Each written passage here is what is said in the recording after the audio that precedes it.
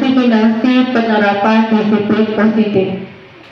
Kita ketahui bahwa kurikulum Merdeka mengajarkan karakter siswa yang dibentuk untuk pengembangan semuanya. Namun, disiplin positif ini juga perlu kita terapkan di sekolah kita untuk berkolaborasi bekerja sama antara peserta didik dan guru dalam memberikan apa sebenarnya disiplin. Itu dimulai dari guru.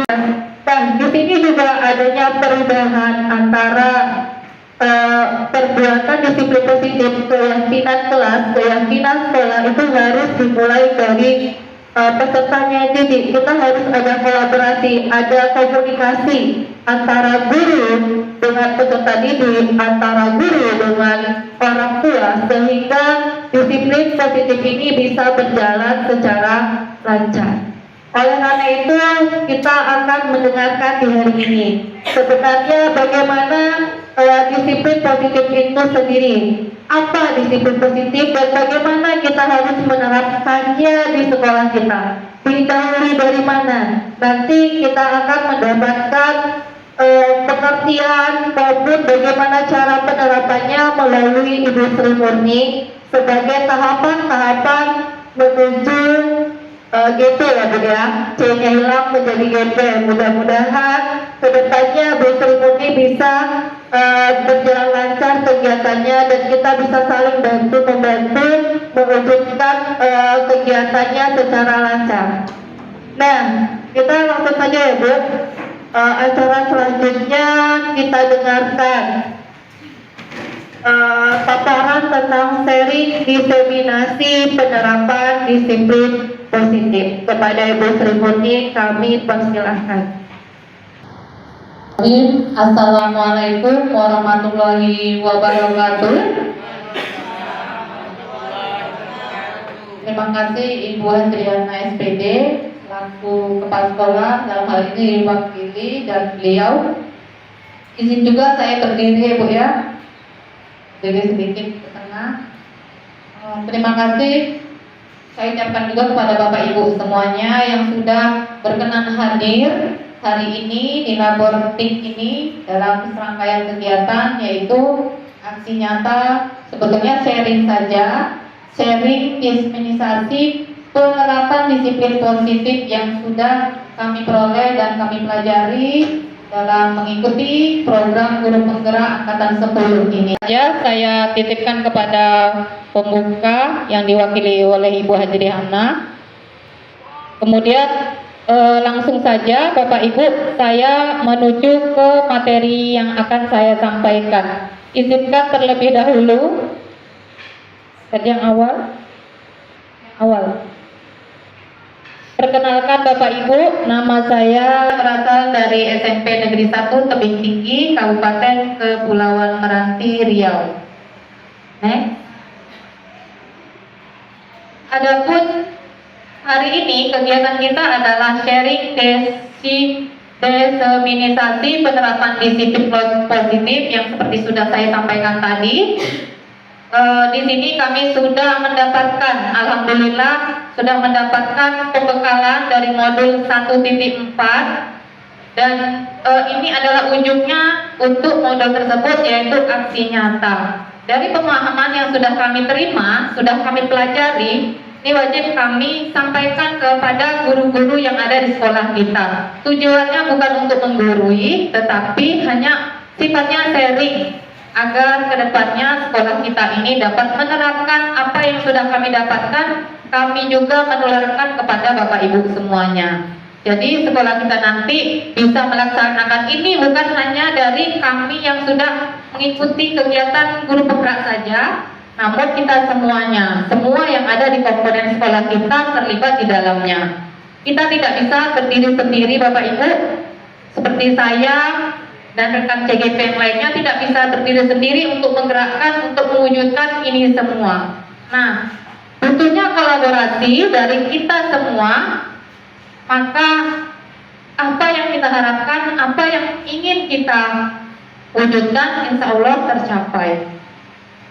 Selanjutnya, Bapak Kepala Sekolah, izin Kepala Sekolah dulu. Kepala Sekolah Bapak Sami SPDMM, Kepala SMP Negeri 1 Tebing Tinggi. Alhamdulillah saya terima kasih banget sama Bapak bahwasanya kegiatan PGP ini mulai dari awal saya seleksi, saya mendaftar tuh sangat disupport dan sangat difasilitasi dari segi apapun, baik sarana prasarana, motivasi maupun yang lainnya. Jadi sehingga itu saya memang termotivasi, tergugah, ingin belajar dan terus belajar. Nah seperti itu. Jadi kalau kami menghadap kepala sekolah Bapak Ibu ya, memang langsung didengar, direspon, sangat mendukung sekali. Karena dia tahu bahwasanya ini dibutuhkan untuk kemajuan pendidikan di satuan pendidikan di tempat kita bertugas. Baik, selanjutnya pada pendidikan guru penggerak ini di angkatan 10 saya tidak sendiri, seperti yang saya sampaikan juga. Saya didampingi oleh fasilitator, satu orang fasilitator yaitu Ibu Nurjasmi MPD. Ibu Nurjasmi MPD ini salah satu tugas pokoknya adalah pengawas di Pekanbaru di Provinsi Riau. Selanjutnya ada yang mendampingi saya juga yaitu pengajar praktik saya yang sangat luar biasa, hebat dan baik, mensupport luar biasa. Ini Ibu Rosida SPD yang bertugas di SMK Negeri 1 Tebing Tinggi. Selanjutnya saya Esprit King. Jadi sebelum memasuki materi sekali, jadi untuk itu saya mohon kesediaan pada Bapak Ibu semuanya kita ice breaking sebentar seperti yang kita lakukan juga di kelas dengan anak-anak kita. Kesediaan Bapak Ibu untuk berdiri sebentar ya. Apa-apa nanti itu yang dilakukan. Ketika saya bilang 1, tangannya silakan ke kanan, kepala juga menoleh ke kanan sambil bilang hai. 2, kalau saya bilang 2, dua tangan ke depan sambil mengucapkan cakep. Oke, selanjutnya yang ketiga, kalau saya sebut 3, nanti Bapak Ibu silakan rapatkan tangannya, olehkan ke kiri sambil bilang asik. Siap ya Bapak Ibu ya? Untuk pertama, saya hanya mengurutkan saja 1, 2, 3, masih hafal. Motorik otak kanannya, maaf, jadi dibutuhkan di sini. Jadi nanti saya ajak secara random saja menyebutkan angkanya. Bapak Ibu nanti mengikuti saja 3 ya, bikin gerakan yang ketiga seperti itu. Siap Bapak Ibu? Semangat Bapak Ibu? Oke, siap ya, mulai ya, SDG kita ya. 1, 2, cakep. Tangan Bapak Uli. Oh iya. 3, asik. Sekali lagi. 1, 2, cakep. Tangan jempol Pak Uli. 3, asik. 2 kali. Cakep.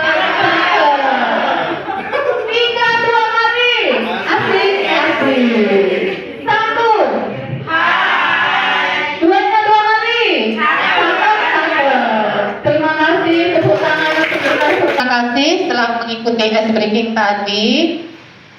Insya Allah kita semangat ya Bapak Ibu untuk mendengarkan materi yang sifatnya sharing ini. Sharing ya Bapak Ibu ya, maaf tidak menggurui, tidak berniat untuk mendahului Bapak Ibu.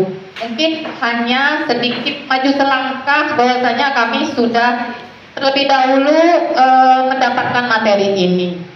Nah, diawali dengan pertanyaan pemantik. Saya sedikit bergeser ya Bapak Ibu. Pertanyaan pemantik yang pertama, bagaimana menurut Bapak Ibu hukuman apakah dapat mendisiplinkan siswa? Setuju atau tidak? Jawabannya hanya 2 saja. Setuju atau tidak? Tidak? Ternyata tidak. Bapak Ibu yang lain? Dilihat dari secara fisik. Apakah dapat mendisiplinkan siswa? Ini contohnya misalnya siswa terlambat, kita kasih hukuman push up 5 kali. Itu setuju atau tidak? Yang sebelah sini boleh Bu, bebas, boleh setuju, boleh tidak. Nanti setelah ini nanti akan kita kemudian jawabannya. Terima kasih. Lanjut ke pertanyaan pemantik yang kedua. Pemberian hadiah dapat meningkatkan prestasi siswa. Saya jelaskan sedikit, misalnya anak yang juara kita beri hadiah buku, piala, dan lain sebagainya. Ini kira-kira meningkatkan prestasi siswa atau tidak? Jawabannya dua saja, setuju atau tidak. Silahkan. Setuju. Setuju. Baik, luar biasa. Jawaban Bapak Ibu saya tampung ya Bapak Ibu. Lanjut ke pertanyaan yang ketiga. Harus mampu memberikan solusi terhadap murid yang bermasalah. Setuju atau tidak Bapak Ibu?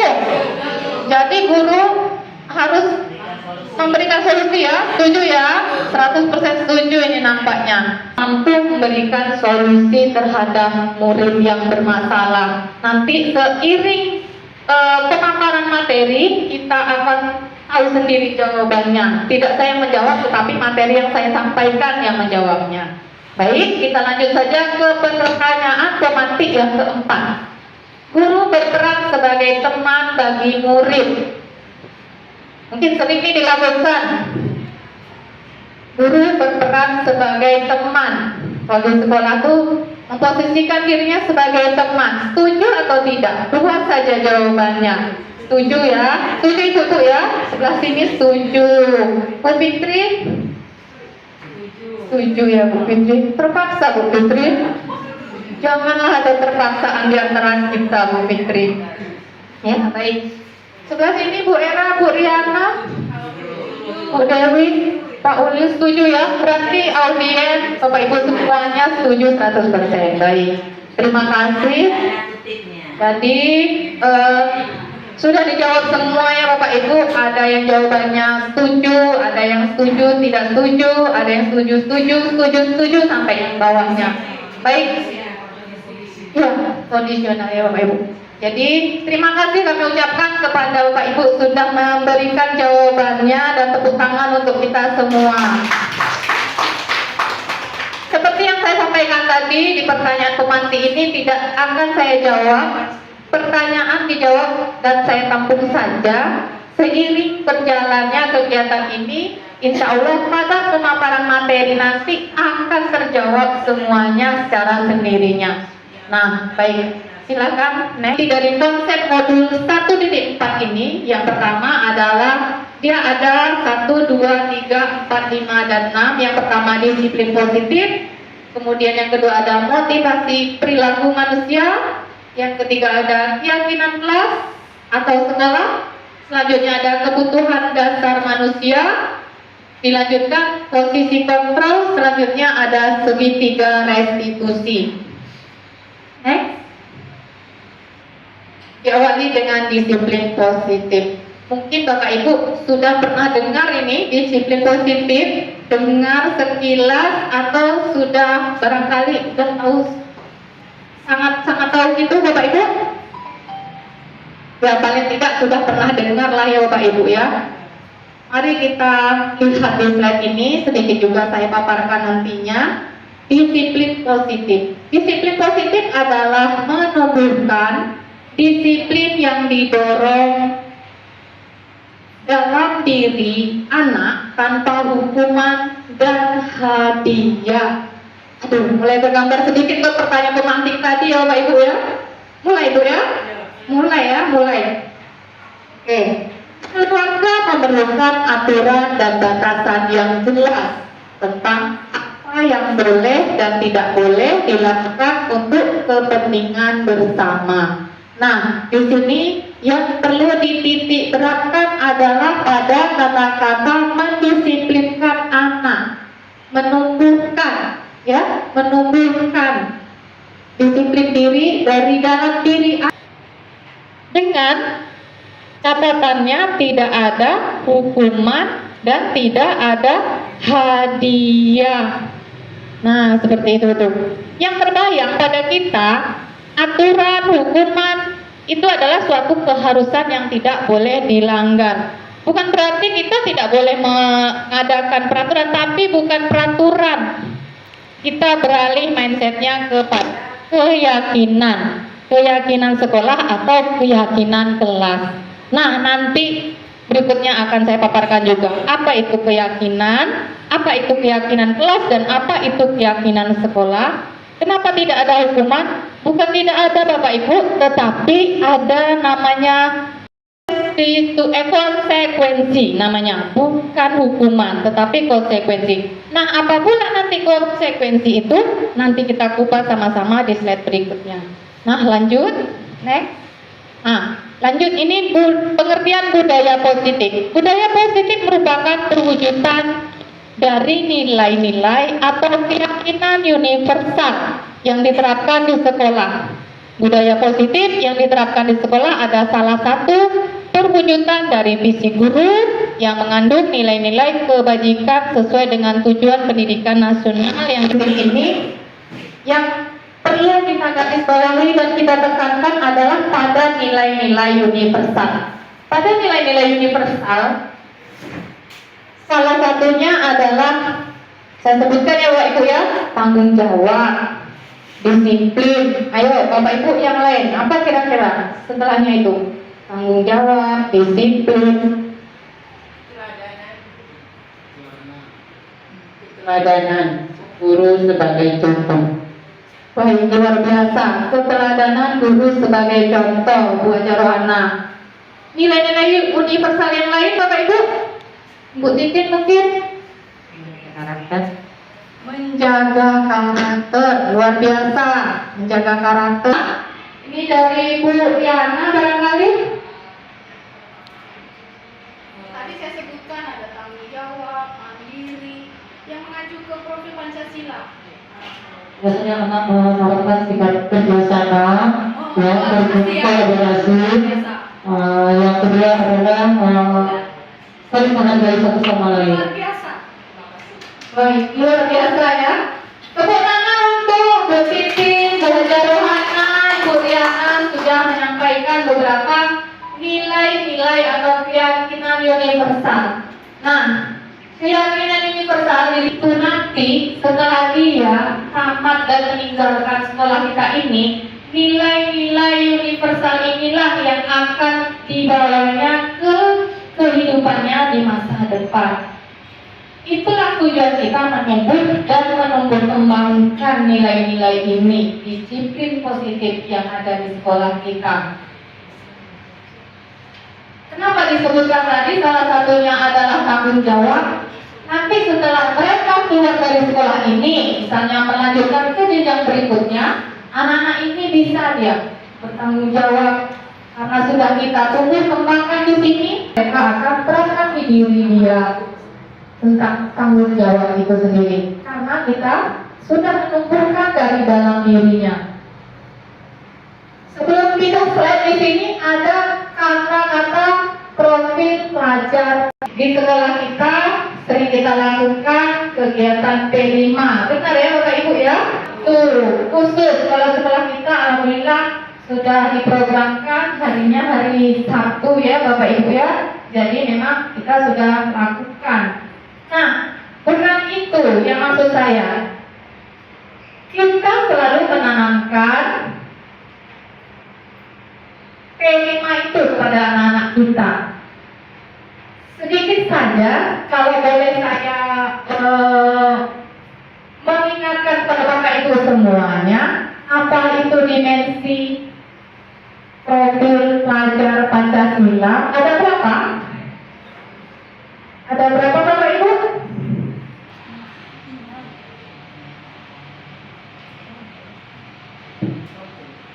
Kalau tidak salah ada 6 ya.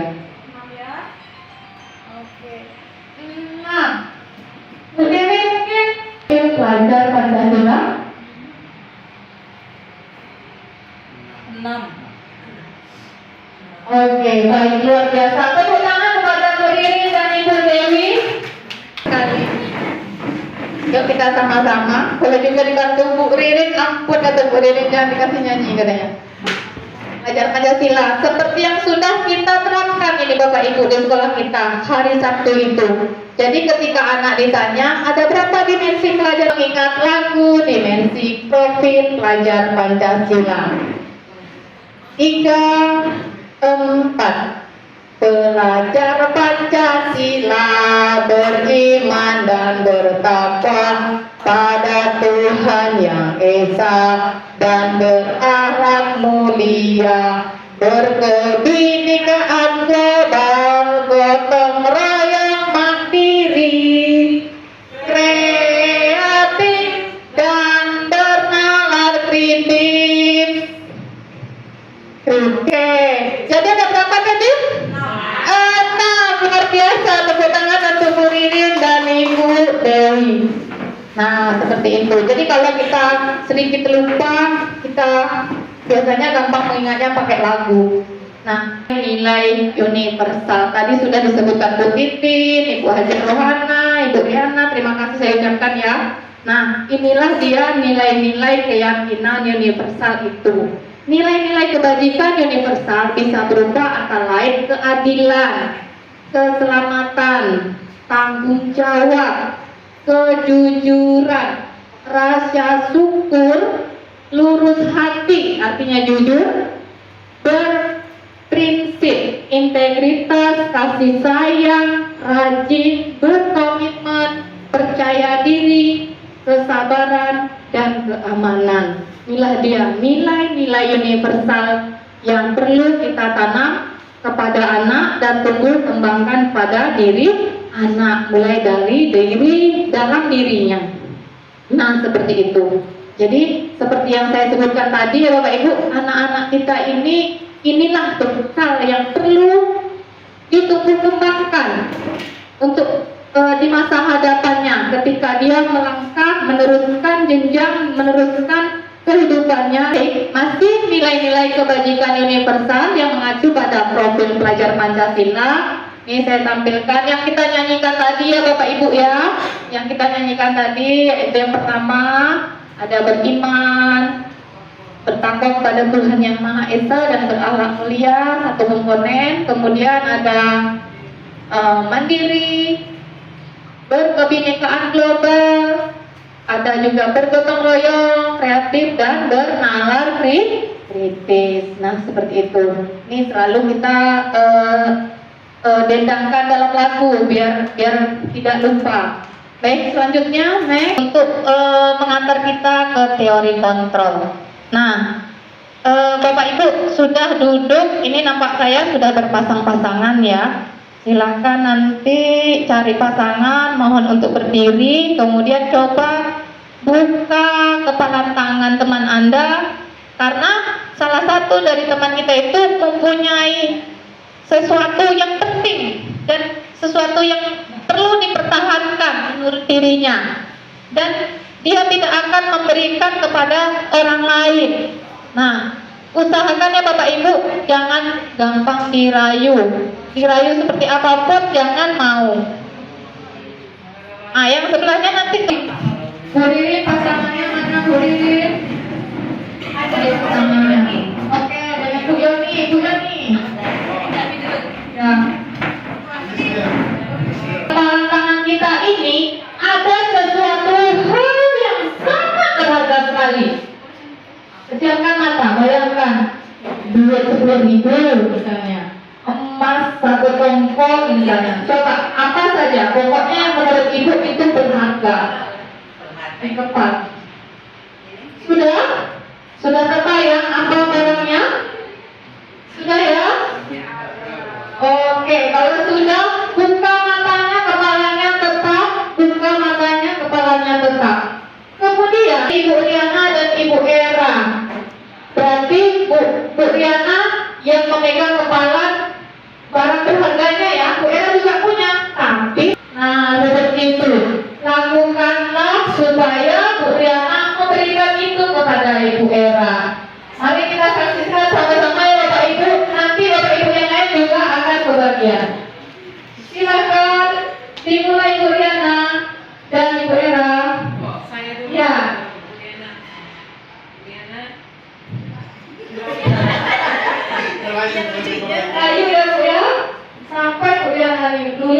dan mau memberi dan membuka kepalan tangannya. Kira-kira apa ya dalam kepalan tangan Bu Riana ini? Pemikiran. Iya, nanti Apa yang dipikirkan? iya, nanti dibuka, nanti baru Ibu sebutkan apa yang di tangannya. Tagambar abang tuh misalnya. Oke, silakan Bu Era. Dalam hidup kita ini, menurut kakak apa yang paling berharga? Kalau paling berharga dalam diri sendiri sekarang ini, karena dengan usia kita seperti ini, anak nomor satu perempuan. Berarti kan udah tahu nih. Enggak, tanyakan kalau boleh apa yang di kepalaku ya gitu. Mintakan sekali Bu Era. Mintakan sekali. Berarti kalau misalnya keluarga yang di dalam kepala menurut Era nih yang ada di pikiran kakak tuh dua anak kakak, dua buah hati kakak. Itulah yang paling penting. Minta anaknya.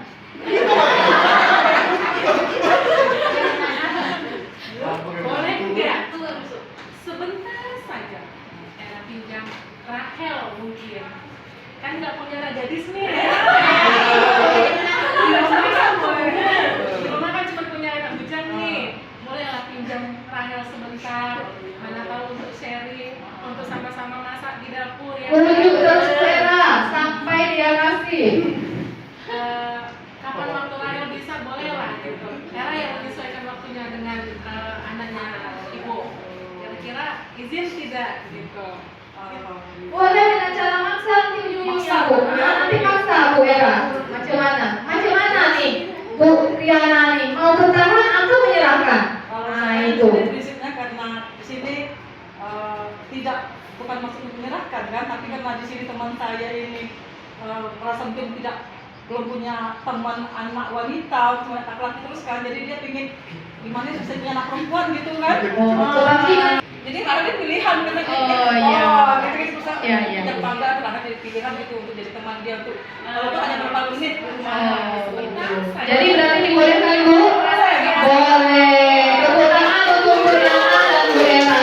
Berarti Bu Riana bisa diluluhkan hal penting dalam hidupnya tadi oleh Bu Era. Ini tadi Bu Titin ya, Bu Titin akan dipujuk oleh Bu Ajah Rohana. Saya mau lihat sampai di mana bertahannya. Silakan.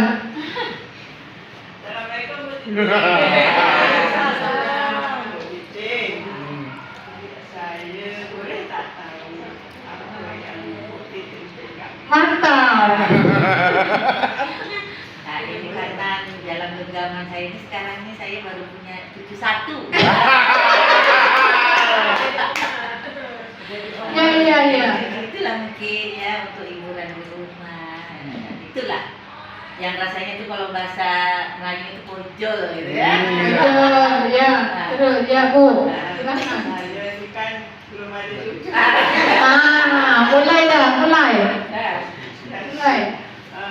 Saya tuh pingin mancing-mancing. Oh, ya. Boleh tak pinjam cucu Titin balik ke rumah sekejap.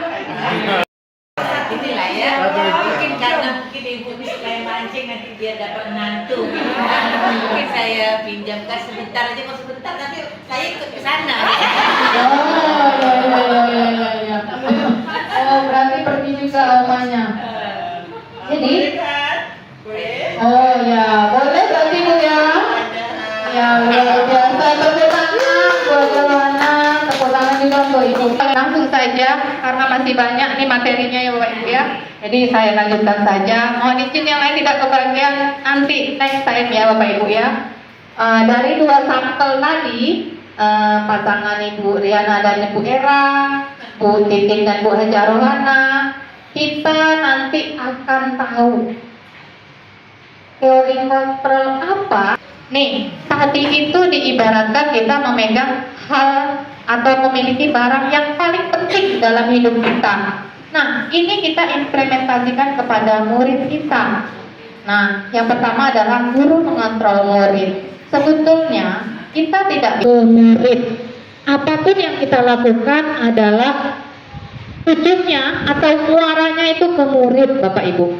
Jadi di sini guru itu mengontrol murid. Nah, pada keterangannya Pertanyaannya adalah sebetulnya kita tuh tidak bisa mengontrol murid jika ia tidak mau.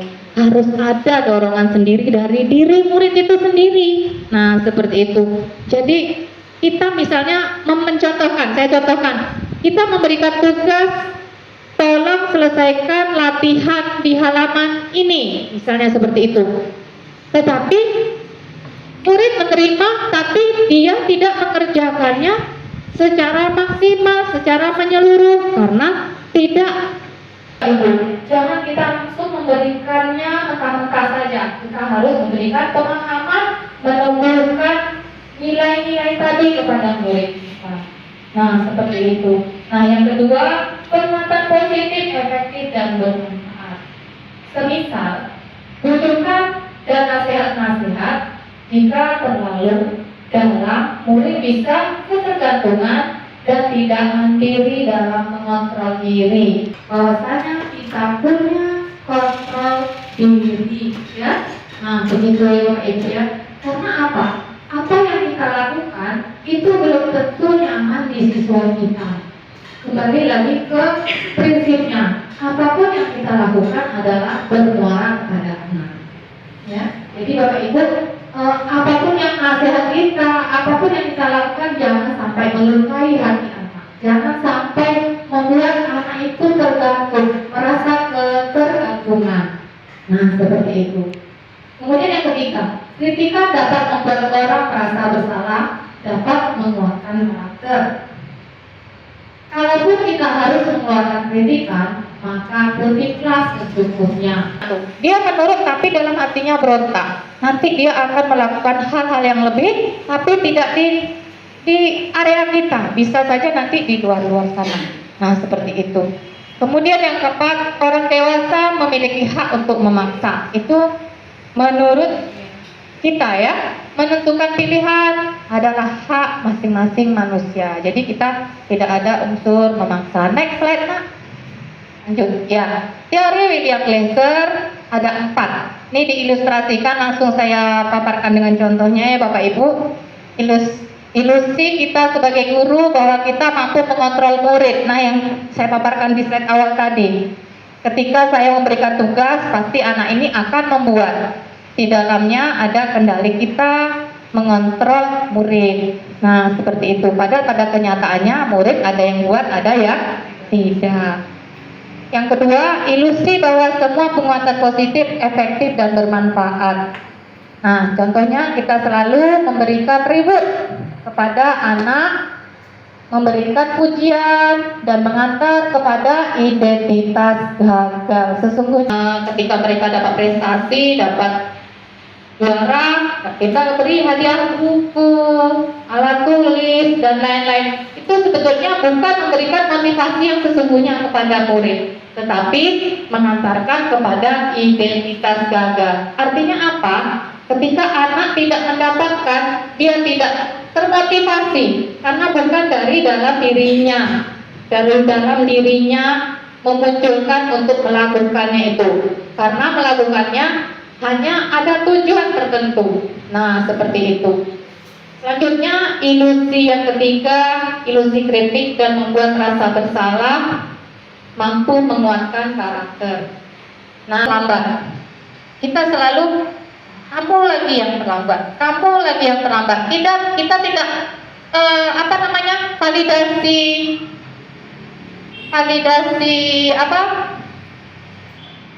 validasi tingkat kesalahannya apa? Mereka melakukan itu pasti punya alasan. Kita tidak pernah menanyakan itu. Taunya kita yang nyata saja, dia terlambat. Tak tahu kita, ternyata dia mungkin rumahnya jauh, ternyata mungkin kendaraannya seperti apa, rusak misalnya ya kan. Orang tuanya mungkin tidak harmonis di rumah, kan banyak hal-hal. Tapi kita tidak pernah sampai ke sana. Taunya kita hanya melihat dari segi yang apa yang kita nampak. Jadi sebagai guru kita harus sampai ke sana ya Bapak Ibu ya. Nah, jadi jangan sampai membuat anak kita merasa bersalah sehingga anak-anak ini tidak percaya diri. Kemudian yang keempat, ilusi bahwa orang dewasa berhak memaksa dan ilusi membawa kritik. Next, selanjutnya yang bisa kita kontrol hanya 3, yaitu yang pertama pikiran, yang kedua perbuatan, kemudian yang ketiga perkataan. Lanjut, kita beranjak ke paradigma stimulus respon ke pendekatan teori kontrol ya Bapak Ibu. Nah, di sini sudah saya paparkan tabelnya, ada stimulus respon, kemudian ada teori kontrol atau pilihan cara terdiferensiasi menurut yang mengakomodasi kebutuhan murid. Misalnya kita harus mengenali gaya belajar murid, yaitu ada 3 ya Bapak Ibu ya, kinestetik, auditori, dan visual. Nah seperti itu, jadi mengarahnya ke sana. Jadi apapun yang kita lakukan, muaranya adalah murid-murid kita ya Bapak Ibu ya. Lanjut, menuju ke teori kontrol. Ya, jadi menuju ke teori kontrol menciptakan peta pilihan-pilihan, yaitu pilihan-pilihan baru. Di sini nanti yang ada tuh hanya menang-menang, tidak ada menang kalah, tidak ada benar salah. Lanjut, pada kurikulum Merdeka kita selalu meminta pada murid untuk melakukan kolaborasi. Seperti biasa ya Bapak Ibu ya, sering juga, bukan sering juga, memang sering kita lakukan. Yang pertama adalah communication atau komunikasi, artinya berbicara, berkomunikasi sesama rekan-rekan murid, rekan-rekan teman sejawat. Kemudian ada kreativitas. Kemudian C yang berikutnya ada critical thinking. Selanjutnya yang terakhir yaitu ada collaboration atau kolaborasi.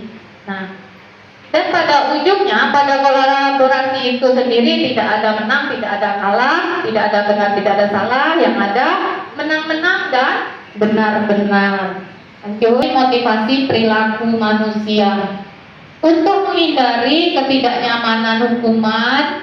Kemudian apa yang akan terjadi apabila saya melakukannya. Kemudian yang kedua, untuk mendapatkan imbalan dari orang lain.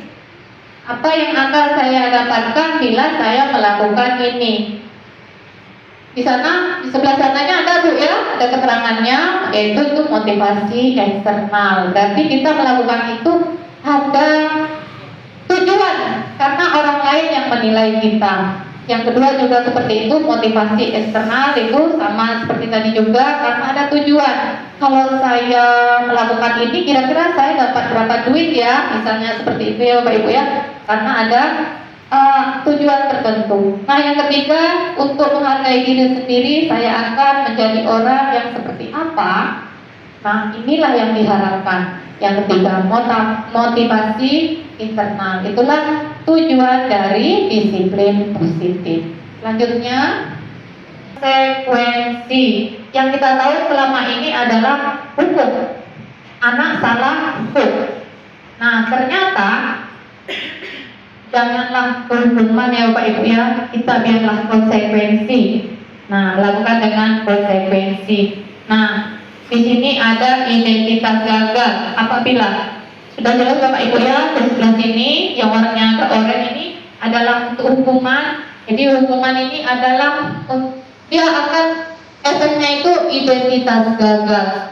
Suatu yang melakukan menyakitkan harus terjadi, tidak nyaman untuk murid, anak untuk jangka waktu yang panjang. Jadi sebetulnya anak itu ketika kita lakukan itu secara tidak langsung ada traumatik yang melekat di nalurinya di jangka waktu yang panjang. Ada korban mendapatkan keadilan, ya banyak kita kadang merasa kita sudah sebagai guru mengadili anak-anak ini sudah selesai porsinya, padahal sesungguhnya itu melukai hati nurani anak kita. Kemudian perilaku pasif dan seterusnya.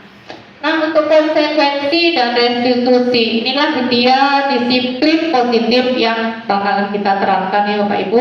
Sesuatu yang harus terjadi ini berbalik dengan hukuman ya. Konsekuensi atau hukuman ini sebetulnya slide-nya Tak boleh saya tampilkan hukuman gitu ya Pak Ibu ya. Ini pertanyaan sebetulnya. Mencatat kalimat 100 kali tidak akan terlambat lagi datang ke sekolah. Itu konsekuensi atau hukuman? Yang ada hukumannya, sering kita lakukan ini hukuman. Kemudian lagi karena tidak membuat tugas diberikan. Udah ini hukuman. Next saja kita lanjut. Sebentar, geser lagi. Muncul istilah baru namanya restitusi. Yuk, lanjut. Ini hukuman. Nah, kalau hukuman itu Bapak Ibu pasti sifatnya tidak terencana, bersifat satu arah. Bisa berupa hukuman fisik maupun dengan kata-kata yang sifatnya menghargai ya. Kamu, nah, misalnya seperti itu. Dan seterusnya. Kemudian kalau konsekuensi yang logis akan membantu siswa untuk belajar dari tindakan mereka sendiri, sedangkan restitusi dapat memperkuat nilai tanggung jawab serta pemulihan. Next, pengertian restitusi menurut Golsen. Nah, dari tadi saya selalu menyebutkan, mungkin tak banyak ya Bu ya, Bapak Ibu ya, restitusi. Nah, ini di sini saya jelaskan sedikit berdasarkan pemahaman modul yang sudah saya pelajari. Pengertian restitusi menurut Golsen yaitu tujuan restitusi menunjukkan kedisiplin positif dan memulihkan dirinya dari berbuat salah. Ketika anak membuat salah itu bukan langsung ada hukuman, tetapi konsekuensi, dilakukan konsekuensi. Sebelum kita melakukan konsekuensi atau melaksanakan konsekuensi yang sudah kita buat, tentunya nanti kita mengarah ke restitusi. Nah, di restitusi nanti juga ada beberapa langkahnya. Nah, seperti itu ya Bapak Ibu ya.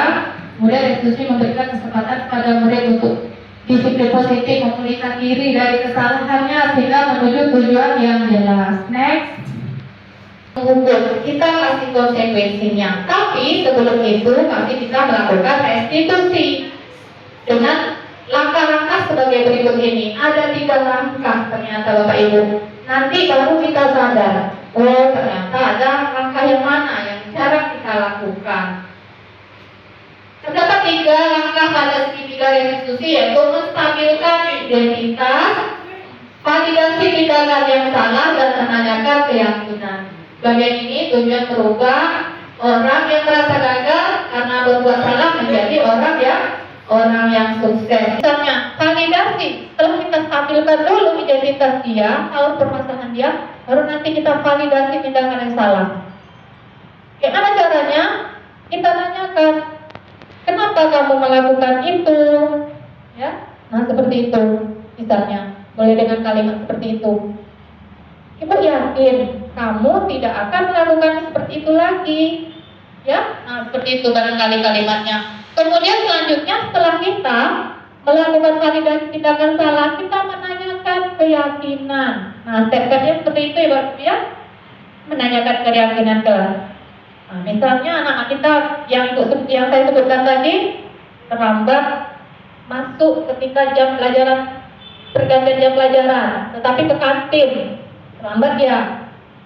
Kita tanya keyakinan, kira-kira kamu melakukan ini tadi terlambat masuk ke kelas saat pergantian jam pelajaran, keyakinan kelas yang mana yang sudah kamu langgar? Kita tanya. Nah, langsung dihukum Bapak Ibu ya. Nah, seperti itu. Nanti anak-anak ini dia mengalir, dia akan jawab sendiri sampai nanti dia mencari solusinya. Dia akan jawab sendiri. Nah, seperti itu. Lakukan 3 hal ini masih terus. Konsekuensinya dijalankan Bapak Ibu, jangan tidak dijalankan. Konsekuensinya apa? Kalau dia berbuat lagi, tetap ada konsekuensinya. Jangan restitusi berjalan, tetapi konsekuensinya tidak kita lakukan. Jadi artinya beriringan. Next. Nih video restitusi sedikit ya.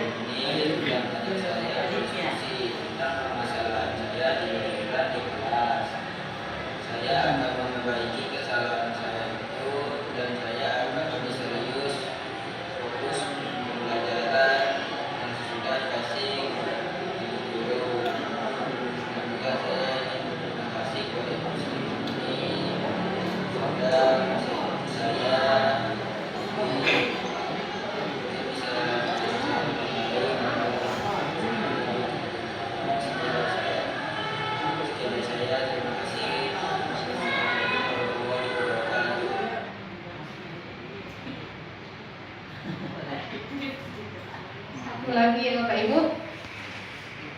Ini kasus Lasin. Tadi ibu mendengar dari guru BK, katanya kamu semangat ke sekolah. Ini menstabilkan identitas Bu ya. Perhatikan videonya, di situ ada keterangannya. Terlambat. Baik Habib, tidak ada manusia yang tidak berbuat kesalahan. Berbuat kesalahan adalah hal manusiawi.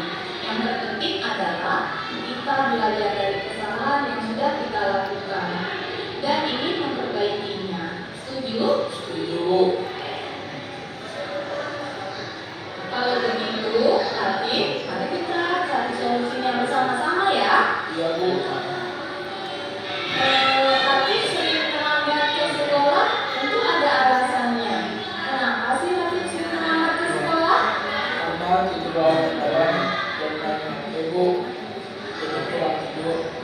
Oh ya, baik. Kamu tahu keyakinan kelas yang sudah disepakati? Kalau datang ke sekolah terlambat, itu kira-kira sesuai tidak dengan keyakinan kelas yang sudah disepakati? Menurut Latif, menurut kamu disiplin itu penting tidak?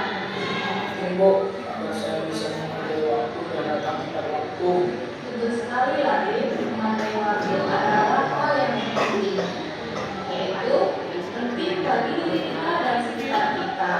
Juga kita bisa memakai waktu, misalnya ketika kita bisa memanage waktu untuk melakukan tugas-tugas kita agar tidak menumpuk, dan juga dapat melatih diri untuk kepedulian kepada sesama. Iya Bu, saya menyesal sudah saya terlambat. Saya mohon maaf ya Bu. Iya, Latif, sikap yang baik sudah kamu lakukan. Kamu sudah meminta maaf. Menurut kamu, apa yang akan kamu lakukan agar kamu tidak terlambat ke sekolah lagi? Saya akan tidur dan juga tidak menunggu dan tidak menjalankan sekolah. Baik, bagus sekali Latif. Kamu sudah menemukan solusinya dan ibu akan bekerja sama dengan orang tua Latif ya tentang hal ini agar Latif ke sekolah tidak terlambat lagi. Sekarang silakan kembali ke kelas ya Latif. Terima kasih Latif. Terima kasih Bu.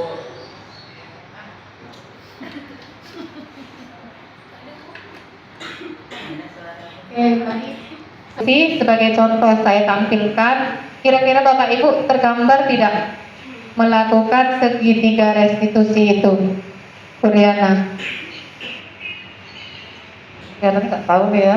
Coba. Kesalahan dia, tapi bisa untuk menjadikan dirinya lebih baik lagi karena itu intinya dirinya harus bisa memperbaiki dia itu pada dirinya sendiri, bukan hanya dari guru tapi dari diri anak itu harus bisa memperbaiki dirinya dengan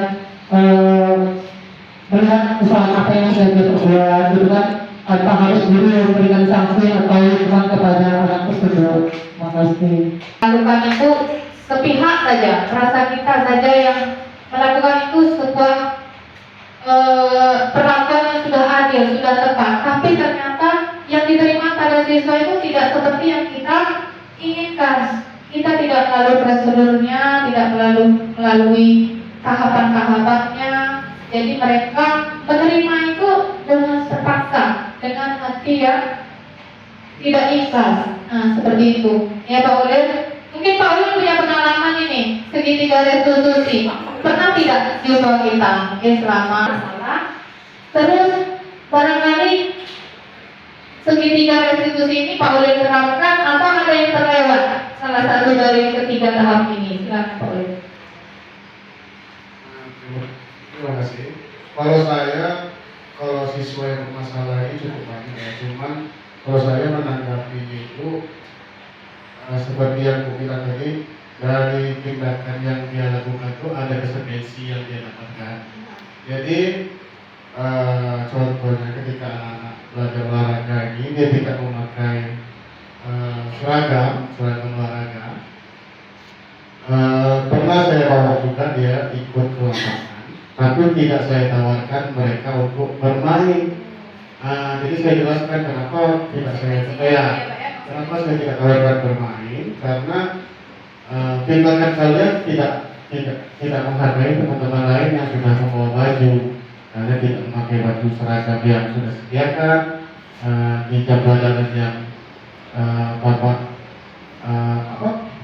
Bapak masuk pada saat itu, jadi kalian tidak menghormati seluruh yang ada di kelas, termasuk Bapak. Jadi saya bilang sama anak-anak yang bermasalah itu, kalau dari tindakan kalian tadi itu konsekuensi yaitu tidak diberikan atau tidak ditawarkan bermain bersama teman-teman yang lain.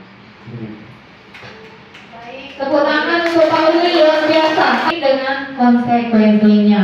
Jadi bukan berarti restitusinya lembek-lembek. Itu ternyata kayak gitu. Gimana anak mau disiplin? Bukan seperti itu ya Bapak Ibu. Jadi restitusi ini kita lakukan dengan tahapan-tahapan yang benar, diiringi dan dibarengi dengan konsekuensi yang seperti sudah disampaikan Pak Udin tadi ketika ada siswa bermasalah di jam olahraga. Juga barangkali ke jam-jam minggu juga yang ya Bapak Ibu yang lain ya. Nah seperti itu. Nah tahapan-tahapannya tadi kita validasi dulu, validasi identitas. Kenapa kamu melakukan? Jangan langsung main sabet aja. Kemudian kita memvalidasi tindakan yang salah. Tanyakan kepada anak tuh, kenapa tidak memakai baju olahraga? Nah, pasti dia kasih jawabannya. Bapak Ibu yang macam-macam jawabannya itu. Setelah kita kasih jawaban, barulah kita tanya keyakinan kelas atau keyakinan pembelajaran yang sudah kita sepakati. Masing-masing kita kan sudah ada keyakinan pembelajaran ya, keyakinan pembelajaran, keyakinan kelas, ini sampai ke keyakinan sekolah. Sekolah yang paling tertinggi Bapak Ibu. Kalau dulunya bahasanya ini aturan ya Bapak Ibu, bahasanya konsekuensi. Nah seperti itu. Jadi beriringan. Kita tanya setelah kita validasi identitas, menstabilkan identitas, validasi tindakan yang salah, baru kita yang terakhir tadi adalah melakukan keyakinan. Tanya guru dan teman-teman yang lain karena kesepakatannya sudah dibuat. Nah seperti itu. Sekali lagi tepuk tangan untuk Pak Uli dan kita semua. Baik, terima kasih. Selanjutnya next. Contoh kasus siswa sering tidak mengerjakan tugas dan mengirim PR. Baik, selanjutnya nanti akan terjawab. Mengapa tidak peraturan kelas tetapi mengapa harus keyakinan kelas? Ternyata apakah berbeda Bapak Ibu peraturan kelas dengan keyakinan kelas ini? Yuk kita lihat bersama. Next. Mengapa keyakinan kelas? Mengapa tidak peraturan kelas saja? Pertanyaan berikut adalah mengapa kita memiliki peraturan tentang penggunaan helm. Ini langsung ke contohnya ya Bapak Ibu ya. Mengapa kita tidak memiliki peraturan tentang penggunaan helm? Kita memakai helm itu untuk diri sendiri itu ada peraturan tidak? Kita pampang tidak di rumah? Tidak ya Bapak Ibu ya. Tidak pernah. Yang ada peraturan itu di polisi, di kepolisian atau lantas. Tapi di rumah, di diri kita tuh nggak ada. Nggak pernah kita ini peraturan nih untuk diri saya terapkan ini peraturan. Tapi ternyata pada saat mengendarai kendaraan roda 2 motor, kemungkinan jawaban Anda adalah untuk keselamatan.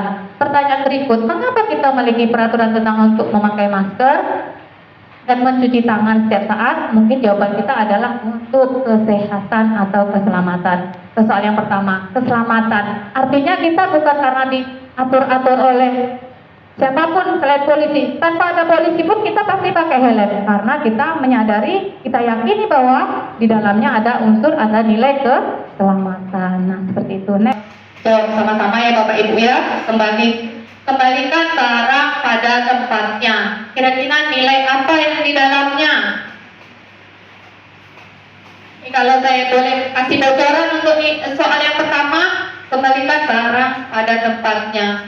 Ini adalah sikap jarang mengganggu orang lain. Ya sudah ya.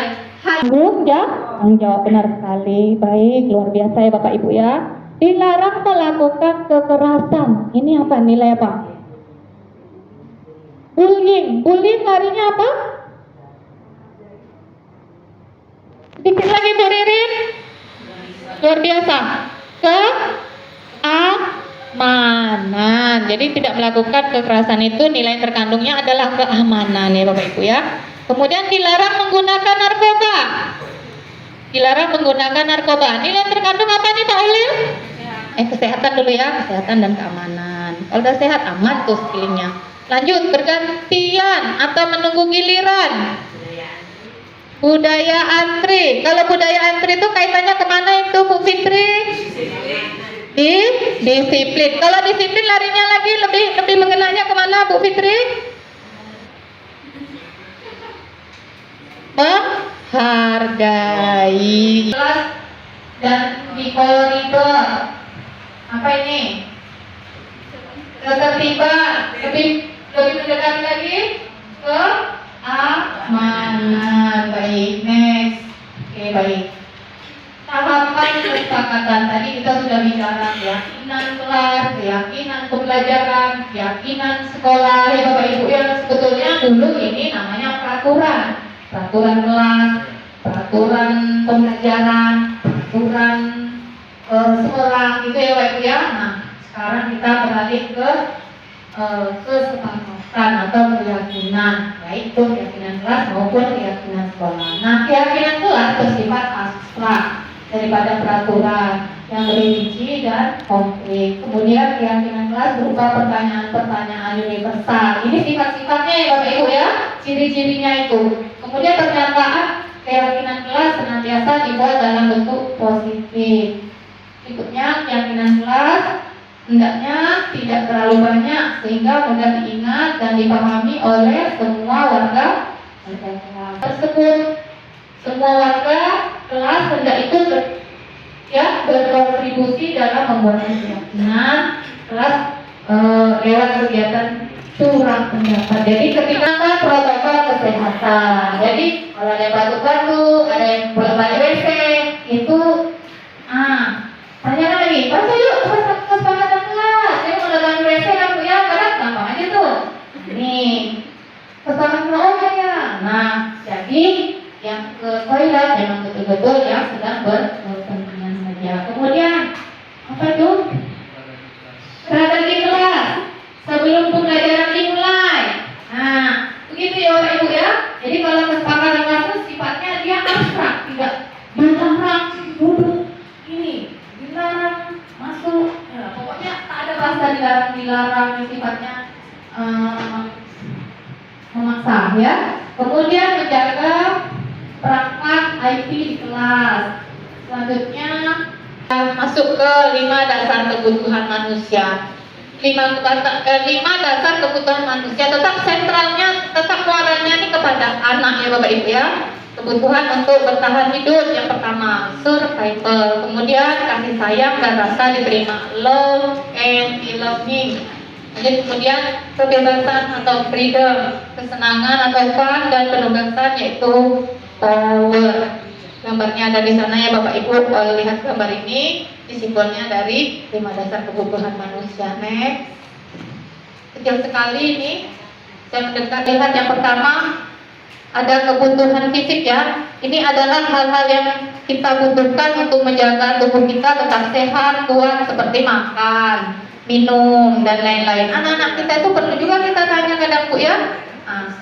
Ada sarapan. Malah kadang saya kalau di kelas saya itu sebelum saya memulai pembelajaran itu Bapak Ibu, saya absen. Jadi kalau saya absen itu biasanya jangan misalnya kelas saya 81 itu awalnya misalnya Ayu Ramadhani, tolong jangan sebutkan saya Bu atau hadir Bu. Jadi jawabannya sarapan yang dimakan tadi pagi. Kalau saya suka seperti itu Bapak Ibu. Nah, Ayu Ramadhani tidak sarapan Bu.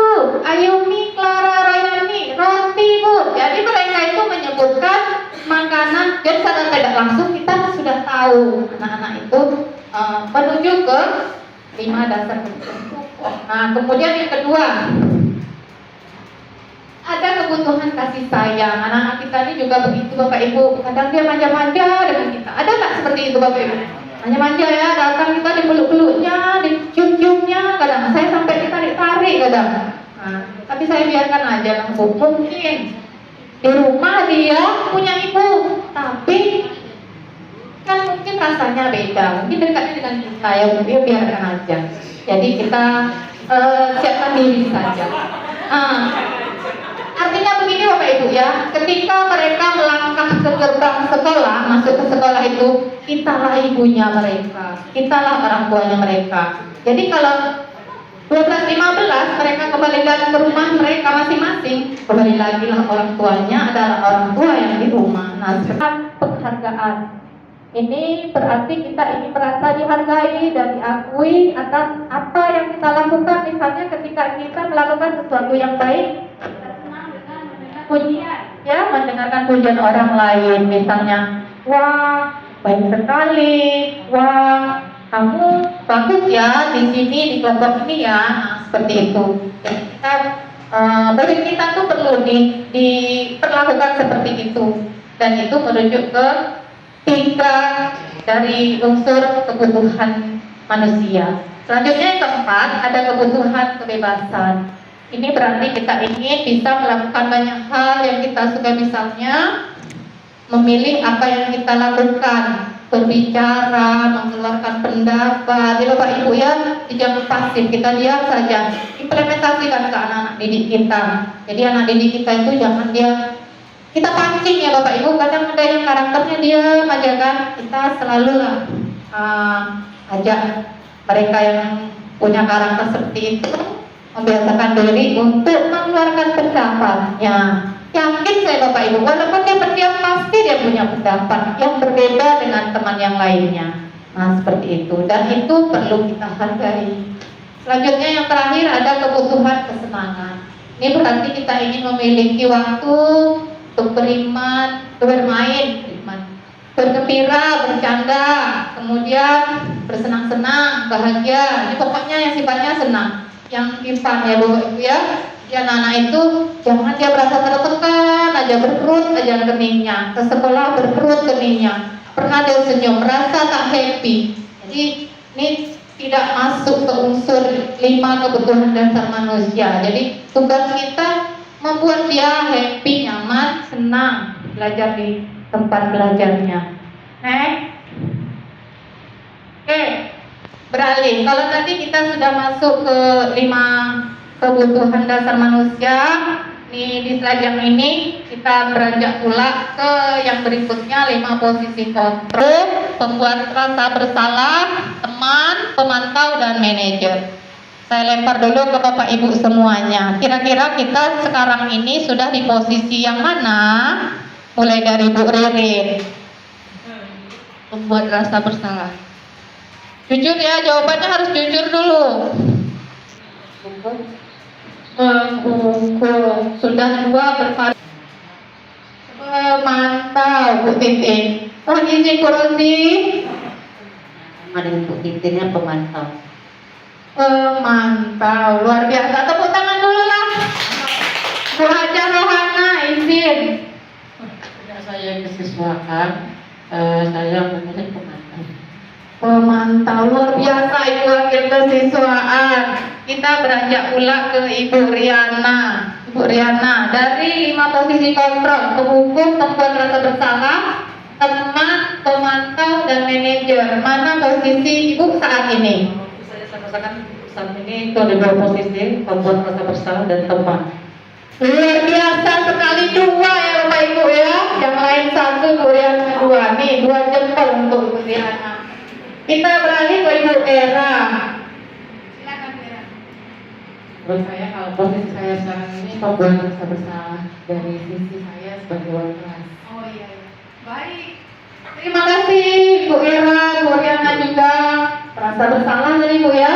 Oke, ya, baik. Tepuk tangan dulu untuk ibu-ibunya, udah lebih semangat makin siang ya Bu Ibu ya. Pak Ulir. Kalau saya sama dengan Muriana tadi, teman sama pemantau. Luar biasa. Bapak bina OSIS ya sama ya, merasa kadang posisi itu kan kayak teman gitu ya. Memang begitulah. Karena Bu Dewi ini Bu PK kita nih, kita penasaran ya Bapak Ibu posisinya nih. Bapak ini, silakan. Manajer anak. Teman. Biasa teman ya Bapak Ibu ya. Ini geser sedikit kepada Ibu Yoni. Ibu Yoni ini TNU ya. Tapi saya penasaran juga memposisikan dirinya ini kepada anak-anak saat anak membutuhkan cetak kartu Bu, cetak kartu pelajar Bu. Apa ini? Apa ini?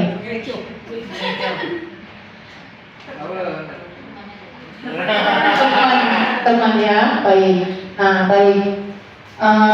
Terima kasih Bapak Ibu. Sekali lagi ini silakan tepuk tanganlah untuk kita semua. Terima kasih sekali lagi saya ucapkan sudah membantu memberikan jawaban yang jujur, posisi kontrol yang sedang kita laksanakan. Bapak Ibu tidak menanya, kan tadi kan saya sudah tanya Bapak Ibu satu-satu. Loh, kalau saya sebagai apa gitu kan? Nah, saya dulunya dan sampai saat ini itu posisi saya itu sebagai teman. Tapi ternyata, yuk mari kita lihat slide berikutnya.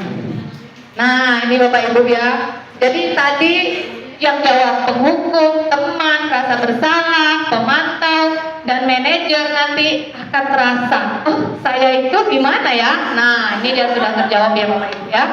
Nah, yang pertama penghukum. Seorang penghukum bisa menggunakan hukuman fisik maupun verbal. Orang-orang yang menjalankan posisi penghukum senantiasa mengatakan penghukum tak ada ya Bapak Ibu ya. Nah, kurang lebih kalau posisi Lipit ya. Jadi kalau penghukum itu seperti ini. Biasanya nih tidak kalah sering nih biasanya dengan ucapan Bapak Ibu ya. Kamu lagi.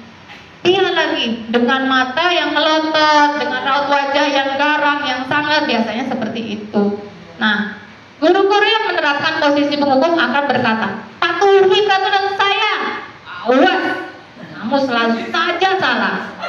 Selalu, pasti selalu yang terakhir selesai. Nah, kita di kelas sering tidak gitu Bapak Ibu. Dia lagi yang paling lambat. Nih. Apa dia nih yang lambat terus nih? Nah, tuh Bapak Ibu ya, tanpa kita sadari ternyata kita sudah memposisikan diri kita tuh posisi penghukum.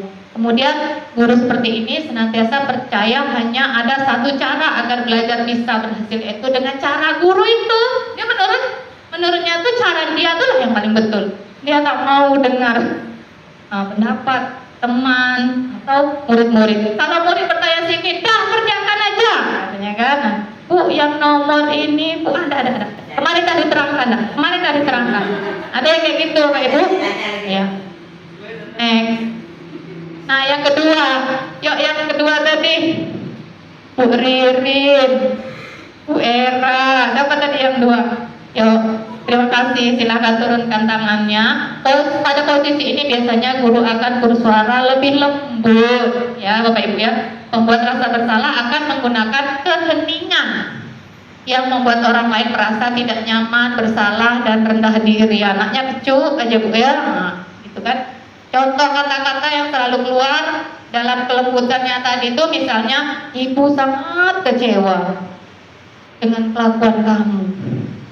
Berapa kali lah ibu beritahu ke kamu ya, nah, misalnya gitu. Itulah kalimatnya. Gimana coba kalau orang tua kamu tahu kamu berbuat begini? Sering Bapak Ibu ya kita berkata itu kepada murid kita. Tapi kita tidak menyadari ternyata yang kita lakukan ini adalah terasa murid kita tuh tertekan dan merasa bersalah ya Bapak Ibu ya. Kemudian biasanya gini, ada juga gini. Tolonglah, buatlah demi ibu. Pernah gak kayak gitu? Nah ya, tolonglah jagalah nama baik ibu. Ibu pasti ditegur kepala sekolah. Nah, ada Bu ya, saya sering juga dulu lakukan seperti itu. Tolonglah, nak datanglah lambat, barislah cepat kelas kita. Nah, tanpa kita sadari ternyata itu adalah membuat rasa bersalah posisi kita tuh. Anak tertekan, tidak nyaman. Mereka melakukannya bukan dari dalam, dari hatinya. Nah, Bu Era, Pak Ulil, Bu Dewi Beka ya. Nah, kita lihat sama-sama. Guru pada posisi ini tidak akan menyakiti murid. Saya juga teman dulu Bapak Ibu. Saya merasa itu yang paling tepat menurut saya. Tetapi inilah dia. Namun, akan tetapi berupaya mengontrol murid melalui persuasi. Posisi teman pada guru bisa negatif ataupun positif. Posisi ini berupa hubungan baik terjalin antara guru dan murid. Ini biasanya mengeluarkan kata-kata. Ayo bantulah demi Bapak. Nah, nih ya. Ayo ingat, bantulah Bapak. Misalnya Pak Ulil kan. Ya Pak Ulil ya. Tolonglah nak, pawai elok-elok. Bapak nanti yang kena magang ke sekolah nih. Sering ya Bapak Ibu ya, bukan Pak Ulil aja. Saya juga seperti itu dulu. Nah, kemudian hal negatif dari posisi teman ini adalah bisa sesuatu guru tersebut bisa membantu murid akan merasa kecewa. Saya pikir Bapak dan Ibu teman saya, misalnya gitu kan. Nah, murid merasa dikecewakan dan tidak mau lagi berusaha. Jadi dia, itulah dampak yang dirasakan oleh siswa itu. Tapi kita tidak tahu, tidak ngeh. Kita sudah mau melakukan itu, tapi kita tak mau tahu lagi dampaknya pada anak-anak kita ini. Nah, lanjut yang keempat, pemantau tadi siapa memantau? Bu Titin, Bu Aja dan Bu Rosi ya, Bu Rosi. Nah, ini posisi pemantau. Memantau berarti mengawasi. Begitu ya Bapak Ibu ya. Nah, kita tuh kayaknya udah ya pokoknya mengawasi lah gitu ya. Pada saat kita mengawasi, kita bertanggung jawab atas perilaku orang-orang yang kita awasi. Posisi pemantau berdasarkan pada peraturan-peraturan dan konsekuensi. Dengan menggunakan sanksi atau konsekuensi, kita dapat memisahkan hubungan pribadi kita dengan murid. Secara tak langsung itu rupanya dampaknya ya Bapak Ibu ya. Kalau kita posisikan kita sebagai pemantau, ada jarak ternyata yang terjadi tanpa kita menyadarinya. Sebagai seseorang yang menjalankan posisi pemantau, pertanyaan yang diajukan oleh seorang pemantau, kita kalau di posisi itu sering kita tanya, peraturannya apa? Apa yang telah kamu lakukan? Sanksi atau sanksinya apa? Kalau kamu sudah lakukan ini, nah, misalnya seperti itu. Jadi itulah kalimat-kalimat yang sering kita lontarkan kepada murid-murid kita. Seorang pemantau sangat mengandalkan perhitungan, catatan, data. Kita bawa absen nih. Berapa kali nih? Nih, berapa kali nih? Bawa datanya bawa. Jadi kita macam memantau, memang memantau ya Ibu. Dengan catatan, buku kasus semua kita lengkapkan kan untuk menunjang ke posisi pemantau kita tadi. Apa yang terjadi sama anak-anak kita? Yaitu posisi pemantau sendiri berawal dari teori stimulus atau respon menuju ke respon yang menunjukkan tanggung jawab guru dalam mengontrol murid. Nah, ini salah satunya kalau kita memberikan stiker, slip catatan, daftar cek. Saya nih Bapak Ibu pernah juga saya lakukan nih. Anak-anak saya Yasin tuh saya absen. Anak-anak saya Yasin yang tak bawa buku Yasin saya absen. Begitu ya, Haikal ketua kelas ya, yang tak pakai kopiah saya absen. Saya bawa datanya. Ternyata ini pemantau Bu. Terluka hati anak tuh. Tidak dari hatinya sendiri melakukan itu. Nah, baik. Next. Nah, Bapak Ibu yang saya banggakan, inilah sesungguhnya posisi yang diinginkan, yang diharapkan, yaitu posisi yang kelima, posisi manajer. Dari slide dari awal tadi, disiplin positif, budaya positif, sampai selanjutnya, inilah ujungnya. Kita diharapkan menuju ke posisi manajer. Manajer adalah posisi di mana guru berbuat sesuatu bersama dengan murid, mempersilahkan murid untuk mempertanggungjawabkan perlakuannya, mendukung murid agar dapat menemukan solusi dan permasalahannya. Kalau Bapak Ibu, jadi yang diharapkan itu seperti itulah Bapak Ibu. Jadi menggunakan step-stepnya, tahap-tahapnya. Kita gunakan restitusi menggunakan 3 tahapan tadi, validasi stabilkan identitas, validasi permasalahan, ya kan?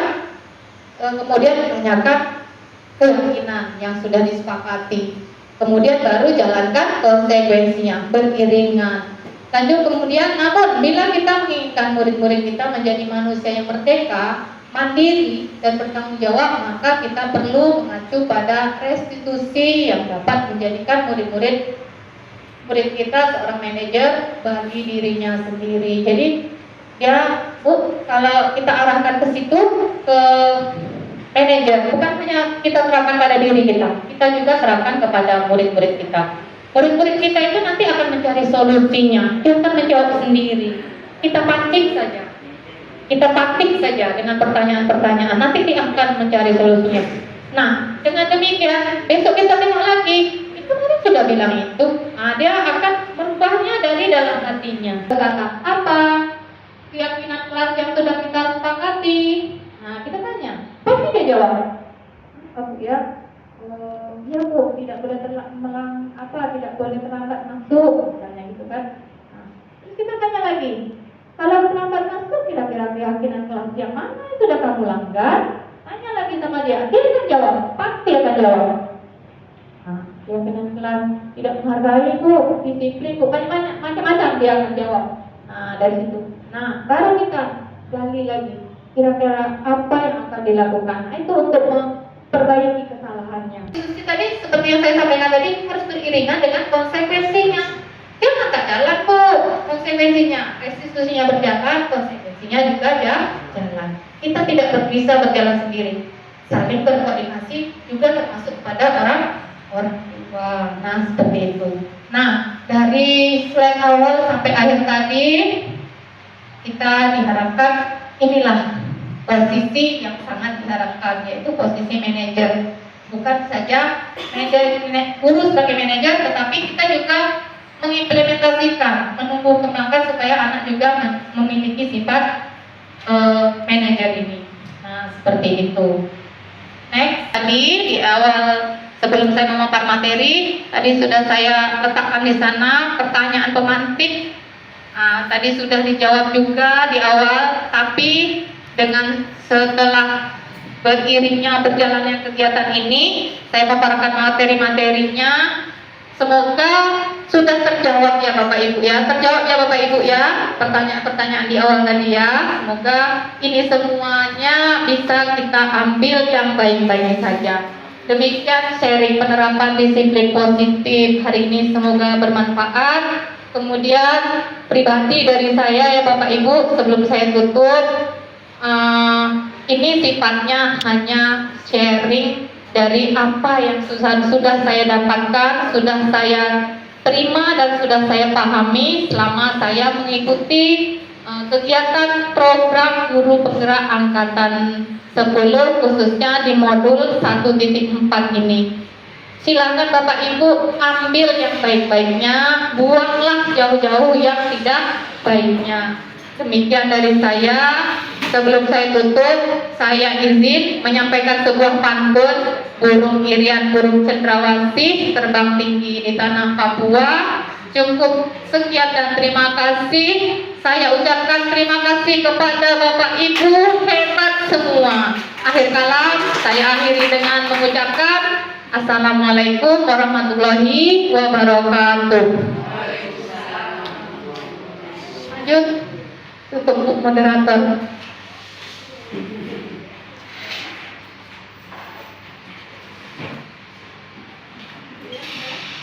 Sebenarnya disiplin positif itu apa? Apakah bermanfaat atau tidak jika kita menjalankan?